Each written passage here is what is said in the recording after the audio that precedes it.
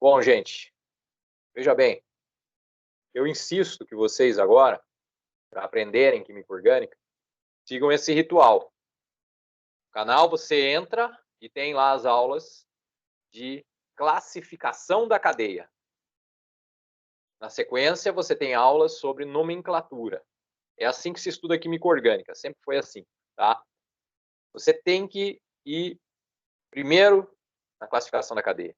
Nós já falamos algumas aulas aí, então por isso eu acho que dá para fazer nesse formato hoje. O que acontece? Nós já falamos muitas vezes quantas ligações o carbono faz. São 4 ligações. Nunca é mais que 4. O átomo de carbono, ele tem uma capacidade diferente de todo mundo. Ele consegue se ligar a outros átomos de carbono montando longas cadeias. Essas cadeias podem ser tão grandes, gente, que formam-se as chamadas macromoléculas. São moléculas muito grandes, tá? Moléculas macro. Essas macromoléculas, não é porque elas são grandes que elas são chamadas de polímeros. O conceito de polímero é quando você tem uma molécula grande, muito grande, perto das moléculas normais, mas que tem uma unidade de repetição. Isso seria um polímero. Então, no nosso formato de aprendizagem aqui, que eu acho que é o ideal, que o mundo deve seguir daqui para frente, tá? Você, entrando lá no canal, se quiser aprofundar em polímeros, você vai ter uma playlist só para polímeros. Nós estamos aqui na química orgânica. Para entender química orgânica, você não precisa saber a parte de atomística muito profundamente. A única coisa que está sendo cobrada aqui na química orgânica é que você se lembre que o átomo ele tem o núcleo, ao redor do núcleo tem uma eletrosfera. Todo átomo é assim. O átomo de carbono, que é o alvo principal da química orgânica, ele tem a seguinte situação. Ele tem 4 elétrons na sua última camada. A última camada é a que determina o tipo de ligação que o cara vai fazer. Então, quando o cara tem 4 elétrons na última camada, fica aquela dúvida, ele vai dar ou receber elétrons. O carbono, ele tem a tendência de receber 4 elétrons. Então, não tem muito o que fazer nesse caso, você tem que decorar mesmo. O carbono é um cara que tem a tendência de receber 4 elétrons. Ele fica com 8 na última camada e isso dá a ele estabilidade. Há uma regra chamada regra do octeto. A regra do octeto é muito antiga e é uma explicação para os caras fazerem ligações químicas. Uma explicação que não é válida sempre. Há elementos químicos que, em diversas situações, não respeitam a teoria do octeto. Porque a teoria do octeto, assim como toda teoria da ciência, ela não é perfeita. Ela tem sua validade dentro de alguns parâmetros. Tá? Isso vale para toda a ciência, não há novidade nisso. Não é questão de jogar a teoria do octeto no lixo. O carbono, ele segue a teoria do octeto. Ele segue essa regra, 8 elétrons na última camada dá estabilidade. Então é por isso que ele sempre quer receber 4 elétrons. Veja, no meu canal no YouTube, você encontra lá teoria do octeto, tem uma playlist, tem um vídeo lá, quando a teoria do octeto falha. Mas não é na química orgânica, são situações na química inorgânica. In, esse prefixo latino que quer dizer negação. A química que não é orgânica, que não mexe com o carbono. Então lá você vai encontrar um vídeo, quando a teoria do octeto falha. Eu fiz inclusive na pandemia aqui 2020, está lá para você, citando aí alguns exemplos. Importante que caem no vestibular, tá? E aí, falando em vestibular, eu vou puxar um outro tópico que eu queria falar com vocês hoje. A química orgânica, muito embora seja o tema de química mais recorrente nos vestibulares, a química orgânica não é um estudo que se faz para o vestibular. Isso é uma boa notícia. Gente, é assim, quando o professor vai te ensinar ligações químicas, vai te ensinar a geometria molecular, é complicado vender esse peixe para você, porque a verdade é a seguinte, você vai aprender isso acima de tudo, porque você tem um vestibular pela frente, tá? Eu não vou conseguir convencer você que você tem que saber a geometria da molécula da amônia para o seu dia a dia. Não dá para a gente vender pedra dentro do shopping. Tá? Tem coisa que já vira loucura. Não dá. Dá para vender a pedra que os chineses hoje enviaram uma missão para a Lua para coletar rochas da Lua, aí faz sentido, né? Então, olha só o que eu estou te falando. Tem coisas que são para o vestibular, e eu nem concordo. Eu acho que tem coisas que deveriam ficar quietinhas ali só para quem quer ir para aquela área. Senão, daqui a pouco, a gente entra nessa piração e alguém pode dizer que a gente vai estudar cirurgia do coração para quem quiser se formar no ensino médio. Então, o ensino médio está completamente errado e está mudando agora porque havia algum motivo, né? Lógico que ele estava errado. Quando você passa por cálculos químicos, eu também sou contra que todo mundo seja obrigado a ver cálculos químicos. Isso é para quem é da área de química. Mas por que você é obrigado a ver? Porque cai no vestibular. Você não tem escolha. Agora, olha o peixe que eu vim vender hoje aqui. A química orgânica. Você não está estudando para o vestibular. Você não estuda química orgânica porque você vai prestar vestibular. Nem sequer porque você tem que passar de ano. A química orgânica é um assunto para você sentar com a sua avó na sala, colocar os vídeos no YouTube de todos os professores, milhares de vídeos que existem sobre o tema, e todo mundo assistir. Você pegar a sua avó, a sua família inteira, sentar na sala, em vez de assistir, às vezes, o programa de fofoca, aí você vai lá, bota a química orgânica, vai valer para todo mundo. Por quê? A química orgânica, gente, ela determina a sua qualidade de vida. Quando você sentar para comer, se você manja de química orgânica, é outra coisa. Quando você começar a malhar, se você manja de química orgânica, é outra coisa.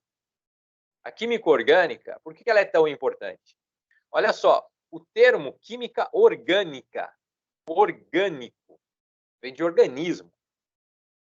Houve um tempo em que se acreditou que haviam substâncias que só poderiam ser produzidas dentro de organismos vivos.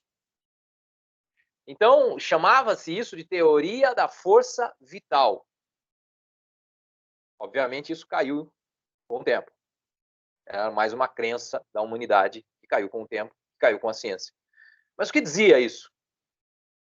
Que existia um grupo de substâncias que, se não fosse pela força vital, já era. Você não conseguiria jamais construir aquilo em laboratório. Quem é esse grupo, né? Quem era esse grupo na cabeça do povo que pensava isso? Qualquer coisa que tinha dentro de um organismo vivo era desse grupo. Se alguém aparecesse com uma substância dessa, produzido num laboratório, dependendo da época aí, com certeza deve ter sido queimado.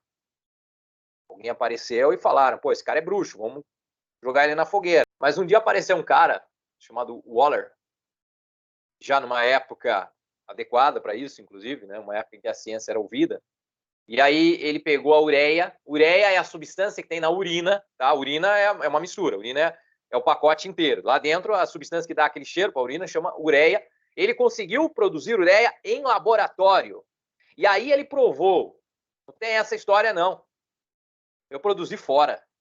Não tem essa de coisa de força vital, não. Ele derrubou a teoria da força vital.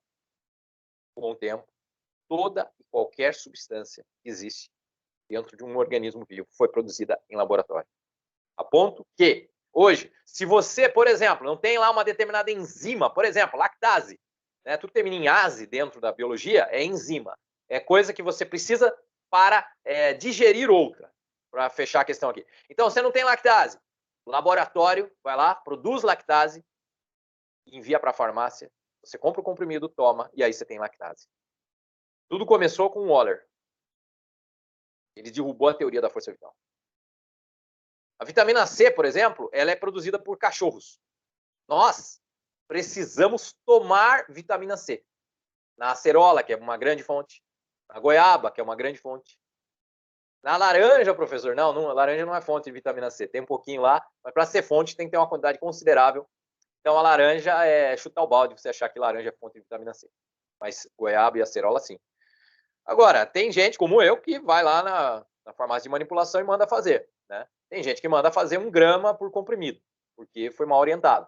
Como eu sou da área de química, então eu fui estudar os artigos científicos mais sérios do mundo sobre vitamina C um dia, peguei tudo, li tudo, fui a fundo e descobri que nenhum ser humano até hoje absorveu mais que 100 miligramas de vitamina C numa dose. A célula não absorve.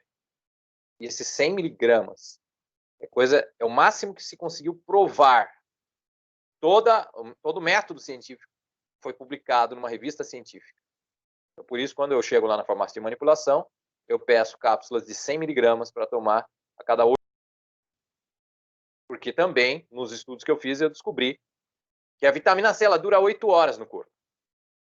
E aí, se você, por exemplo, tomar 1 quilo de vitamina C, 100 miligramas é o que a célula consegue absorver. O resto, depois de 8 horas, já não tem mais a ação antioxidante que tem que ter, porque a vitamina vai perder o seu efeito. E ainda aquela substância ali mesmo, com o efeito perdido, ela vai te fazer mal. Aquelas moléculas ali vão te fazer mal. Então, olha o problema, né? Quando você chega numa farmácia e tem cápsula de 1 grama, 1000 miligramas de vitamina C, sem base científica nenhuma. Olha esse exemplo que eu acabei de dar para vocês. Título da aula, Química Orgânica e Cotidiano. Agora eu joguei o dardo, e acertei exatamente no meio do alvo. Você quer exemplo mais relevante do que esse que eu acabei de te falar? Se você estudar química orgânica, você vai parar de cair nos contos de fada do dia a dia. Você nunca vai entrar numa farmácia para comprar cápsula de 1 grama de vitamina C.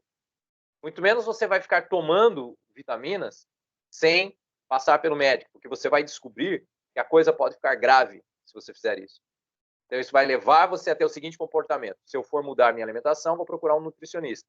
Se eu for tomar vitamina, eu vou procurar um médico. E, de preferência, vou fazer um exame lá no médico que vai indicar o que eu preciso tomar. Quando eu procurar um médico, eu vou procurar um médico especialista em nutrição, que é um nutrólogo, tá? Porque eu, estudando química orgânica, eu vou cair na bioquímica, eu vou ver que é uma área muito grande e vou perceber que eu preciso de um especialista nisso. Basta ser um clínico geral. Olha aí, então, onde a química orgânica vai te levar?